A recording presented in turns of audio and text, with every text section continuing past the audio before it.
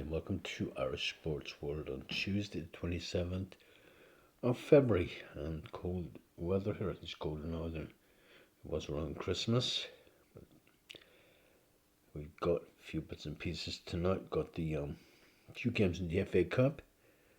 Leicester and Newcastle are through. Two fine teams, two fine cup teams. And then the most significant result in that was Luton at home to Man City. Luton 2, Man City 6. And our good friend Haaland scored 5 of them. And again, I'm saying I told you so, but then I did. I said that if you've got the Bruyne back, and if he stays fit, they're going to win everything again this year. He's the key. Haaland wasn't scoring almost at all when he was out, but now, when they're a deadly duo, really, at this stage, perfect for each other. And as I said before, De Bruyne is, of the last 10 years, he's the most outstanding player in the Premiership by miles.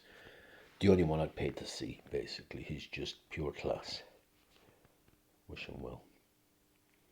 That was it. Bit I said about golf yesterday. I was going to talk a little bit about it. The majors and everything. And I even made a mistake of saying that the Masters is next month. And people are screaming at that. Of course it's not. It's in April.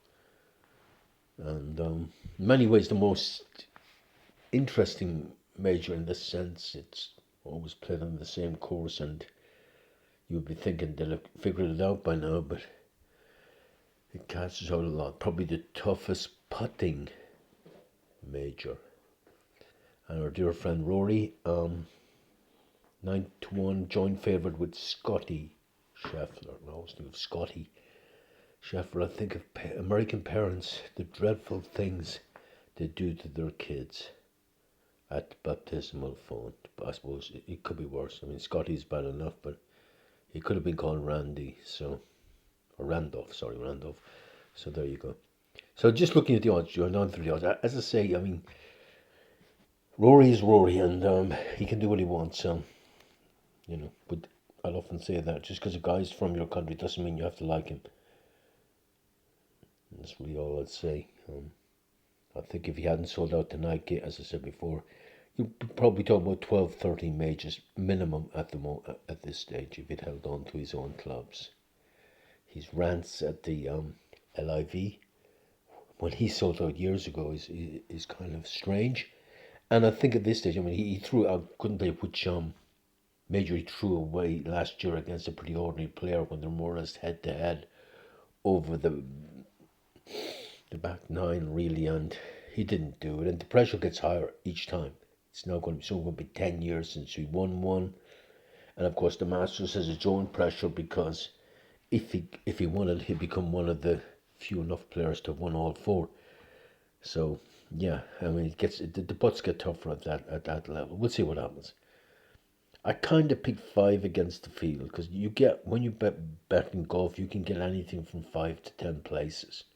Your guy finishes the top 10, you'll get a bit of money back. So I picked 5. Shortest price I've picked is John Rahm. Like I've been saying, there's very few characters left in golf these days.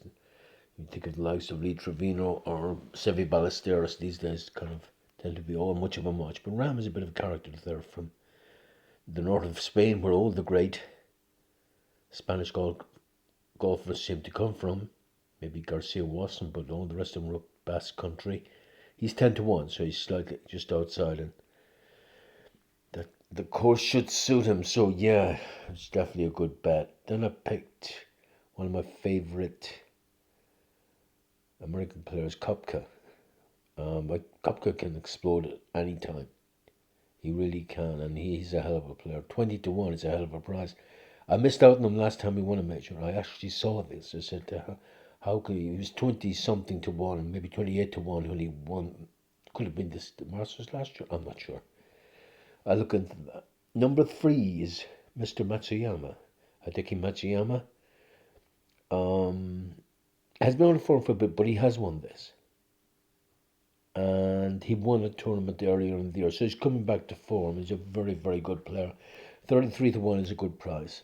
Then I'm hoping against hope that our Shane will somehow, he has all the talents, everything in his bag, He needs to get back in his head and drink a few more pints and listen less to people and trust his game. I think that's the key. And he could do anything. He really could. You know, he's good enough. He's good enough. At 55 to 1, strange price. Getting that was the best price I could find. 55 to 1 for him, for a few pennies. Then I went with kind of a ridiculous one, but just one of my favorite American golfers. Another of them. Maybe my favorite, Phil Mickelson. I know he's way past his sell by date. He already broke the record for the oldest major winner, and yeah, he's getting there. But he's got such hands, and being a lefty like myself as well, always was fond of Phil. And you know, the swashbuckling way of getting around, a bit like Ballesteros, but probably having the recovery tools that Sevi had. But yeah, 125 to 1. You never know, because he loves Augusta, so he'd love to go out with a real bang in this year of Trump, hopefully.